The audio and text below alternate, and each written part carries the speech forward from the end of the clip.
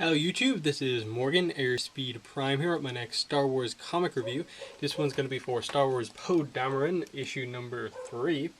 And I'll get into specifics in just a moment. Overall, I thought this was an okay issue. I suppose it technically ends this kind of first section of the story in that this lead is now going to lead them to their next lead to Lor San Tekka. But it turns out how they resolve the stuff on here with the egg and this underground kind of cult crash place around it. I was a little disappointed, honestly. I'll get into obviously what was in the egg. It is revealed here, and the kind of weirdness surrounding that. But just lack of explanation, really quickly getting over it, and just a general sense of like, oh, you're not actually doing anything really here because it's clear that you're going to meet again. It kind of took away a lot of the impact that this as a big moment could have had. But so solid enough, but not really my favorite issue in this series by a long shot. So let's get into it. Basically, Terex and Poe just talk to each other for the entire issue.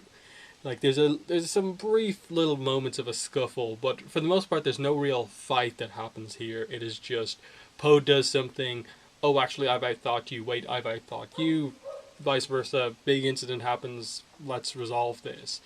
And yeah, it's just that, and then we basically catch up with like, okay, what's going on above the surface with the rest of Black Squadron. And we get that they're obviously being attacked by the TIE fighters. The X-Wings aren't as maneuverable here in atmosphere as the TIE fighters are. They're struggling, and they're basically just like, okay, we have to support Poe underground. And that's about it. It's very kind of basic to the point.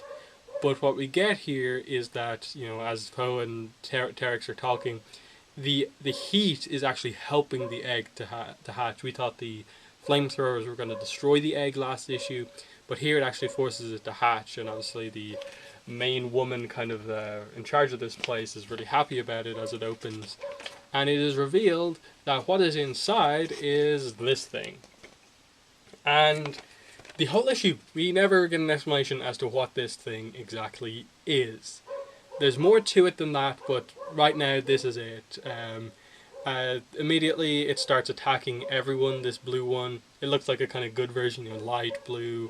But it starts attacking everyone, the kind of Kresh group of people underground, Terex's men, you know, Poe is kind of caught up in this as well. While this is happening, we get a brief little kind of moment between Terex and Poe. Poe throws a punch, but Terex counters it and Poe's on the ground. But actually what it was that it was just a distraction so that BB-8 could steal Terex's blaster. He takes it back and he has Terex at gunpoint. And that's effectively what their back and forth is for this issue. It is effectively what their relationship was in the previous issue. It is just that they kind of try to outquip each other, outdo each other, out-trick each other. They both have that kind of sort of charismatic personality, and they both just are trying to outdo each other here. They're just so, like Terex is aware of kind of Poe's attitude towards things. It is interesting though that he constantly diminishes like what Poe is doing, like the resistance, like what are you working for them? You're a criminal and all this sort of stuff. Whereas he thinks being part of the First Order, even though it's not the best thing as we got from the last issue, he thinks the First Order could be better. It's not quite the Empire, which he was much more happier with, but he definitely feels that's the better option than the Resistance. We then catch up with the squadron, obviously taking damage from the TIE fighters. Jess Pava's ship comes under fire. She gets kind of surprised. She initially does this really cool move to get to destroy 2 TIE fighters by like going under this rock underpass and then blowing it up and causing it to crash into 2 TIE fighters. But as she goes through, 2 TIE fighters come at her from the front and destroy her astromech and damage her ship. And basically she's not going to die or anything like that. Obviously we know she's in The Force Awakens, but her ship is basically so damaged that she has to retreat from the battle, and all of the pilots are aware that like it's looking really bad, but they kind of have to defend Poe above the surface, and we just get these little moments where they're sort of arguing with each other. They're not exactly quite sure what to do, and then almost out of nowhere, Snap Wexley just kind of over the comms says to Kare that he says, Kare, in case I don't get a chance to say this back at base, what we've had over the last few months, ... And she's just like, you're going to tell me that back at base, Wexley? And he's like, but... And then she says, you're going to tell me back at base. So she doesn't want any potential, I assume, romance stuff being said over the comms when everyone can hear. She's confident that they are going to get out of this. So that's an interesting one, showing that there is a sort of relationship there between those two. I don't know if Kara is actually in the movie, so maybe something happens here and there's a kind of tragedy here, but we'll have to wait and see on that one. But it's just nice that they're setting up something between two of the pilots, beyond just this is the group that Poe has with him. And yeah, so we just get more of this kind of drama stuff happening. This thing that hatched from the egg is continuing to attack everyone, and basically Carrick is just like, yeah, my troops aren't attacking you or the people here, they're just defending themselves. I think it's better that we deal with this creature first. And then the woman who obviously is in charge here gets picked up by the creature and is basically about to be killed, and then it's revealed that the egg actually had two things inside it. It wasn't just this kind of white blue monster, it was this also this black and red one as well. And they start fighting. It almost appears like the black and red one is the good one, kind of vice versa to what you would think with the colours. And Terex and Poe have another scuffle, continuing to fight. And he says, I've been trying to understand why you're fighting so hard to save these fools, and I finally think I finally see you're not fighting to protect them. You're fighting to protect something they have, something they haven't given to you yet. That's why you're still here, and when he arrived, whatever you still want, they still have it, and that means I can get it from them. So he becomes aware that, okay, you're not protecting them, you're just kind of there to help them and get the information at the end of this. There's something that you want here, and I'm going to wait here until I get that information as well. So what happens is that it seems like either just naturally these things are growing very quickly, or the blaster fire that these things are taking is causing them to grow as well. And they just continue to grow. They're super powerful. They can crush through the entire rock. And basically they burst a hole straight through the top of the cavern that they were in. And everyone's getting damaged. BB-8 gets a little bit of revenge on Terex, because Terex kicked BB-8 earlier on.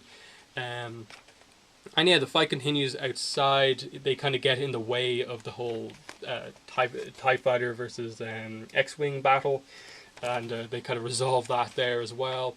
And yeah, effectively how it comes to an end is that the black creature lasers the blue creature straight through, killing it basically, and it kind of screams and kind of helps everyone out and flies off. It's really weird. I'll get to the resolution once I kind of do a brief rundown of the book. And then we're left with this situation where, like, okay, the people from the underground and the resistance have basically taken over here. They have control of Terex and his men. And they're like, what are you going to do now? You won't kill me, you would have done that already, and you can't take me as a prisoner, so what are you going to do? And he basically just says that what's going to happen here is that we're going to leave you here, we're going to kind of forget this ever happened. When we leave, we're going to alert your cruiser that's kind of flying in orbit to come and get you, and we can forget this ever happened. And Terex is just like, oh, I doubt I'll ever forget that this happened, Poe Dameron. So just setting up that Poe doesn't really care about Terex, but Terex is beginning to get a little bit of an obsession with Poe, and that like he has to kind of get one over on him. And then it's revealed at the very end, the last panel, that yeah, BB-8, she told me where Laura Santego went after he left this planet. Looks like we're going to prison. And that fits in pretty nicely with the cover that we know from the next issue, and that it does involve them kind of, I suppose, going to prison. Like, are they captured, or do they kind of just force themselves in there somehow? So that's pretty interesting. It either suggests that there's information about Laura Santega in a prison, or he himself has been potentially captured. We're not exactly sure. Okay, one of the last things I want to talk about is on the second last page of the book. And this is basically how they wrap up the whole what was in the egg thing. So Poe goes up and basically asks them the question. That he says, I do have one big question, but before that, tell me, all those generations down here, did you guys have any idea what was actually in the egg? And she says, no, but that was never the point. and they just fly off. That's the last mention we get of it. And I have a problem with that, because that was in many ways that was the big mystery of this first kind of 3-part arc here, before we get into the whole prison arc that's coming next. Yes, the whole aim of this was for Poe to get the information about where Lor San Tekka was, leading to the whole prison thing. But he got that. And the way we were revealed that was off screen. Like, basically, Poe just at the end says, oh yeah, we know we're going to prison. Like, we didn't actually see the scene of him asking her the question and her telling him this is where he went. The scene we did get was telling us a little bit about this kind of culture and the egg, but nothing in any way detailed. And because it was such importance, because it was like the big thing in this issue, I was very disappointed that we just have no information about this. No information about what sort of creature this is. You just barely, if you read through this a little bit quickly, you probably wouldn't even know where the second one came from, because they don't really draw too much attention to the fact that I'm pretty sure both of them came out of the same egg. They can get bigger by apparently taking in damage, or else they just grow super quickly. And they seem incredibly powerful. They can shoot laser beams out. The other thing I'd make note of is just the fact that they are colors. They are kind of opposites. Like, the evil one in this case was the kind of more light colored one, whereas the one that looked like the dark one was actually the good one. But you still have that duality between the two of them. One kind of helped, one destroyed. And it really doesn't add anything onto the fact that, like, why was this egg on this planet? Where did it come from, and what are they? Are these really powerful creatures? Are they, like, force powered in any way? Especially because Lor San Tekka was, like, analyzing this and was there for a long time before he left. What is that information? Does he have any information about that? Like, the only hope I really have going forward is that actually no, because we know from the movie that Poe only met Lor San Tekka there. So unless they had another meeting in the comics that we're going to get to, I don't know where we're going to get any more information about those two creatures from. And ultimately, I think the way the writing is done, they're trying to make it out like that. No, you're not actually meant to, like, really want to know that much more about it. Like, it wasn't a focus. But for me, it was. This was one of the bigger things in this book, and I'm very disappointed about the way they approached covering it. Like, really disappointed. And because for the most part, the rest of the action was kind of very tame. Like Poe and Terex, like, they have a pretty cool back and forth, and they're definitely setting up a kind of rivalry between the two of them. But what happened here was fairly basic. They just kind of argued a little bit of a scuffle, and that was about it. Like, nothing super important. The same as the pilots up in the air, presenting a little bit more character with, like, Snap and Kare having potentially some sort of relationship, Jess having some problems, Lolo being the kind of less experienced guy, but they all still survived. Nothing really happened to them. The tension wasn't so high. You never really thought any of them were going to be killed. So it ultimately comes back to those monsters were meant to be the big thing for the first 3 issues, and they really fell short. And I don't know how they're going to, like, I think the problem is I don't know if we're ever going to come back to them, unless them leaving is a setup that we will see them again in the Poe Dameron comics, or that there are going to be comics at some other point that cover them, or this being a Force Awakens comic, it is setting up something that is much more important and much larger than we perhaps think. But I'm kind of doubting that, and I'm just kind of thinking this is just a kind of thing. These were just fun monsters that they introduced for this issue. But I'm disappointed that we didn't get any information on them. But that's basically the issue.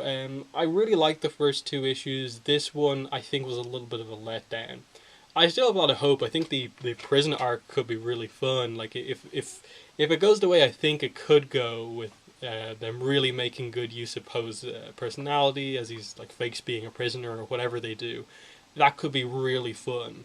But we'll have to wait and see. Just for me, this was a drop-off compared to the first two issues. But in the comments, let me know what your thoughts were on the issue, what your thoughts are on these two monsters, the whole egg thing, and the culture of people around it. But other than that, that's been the video. Thanks for watching, and bye.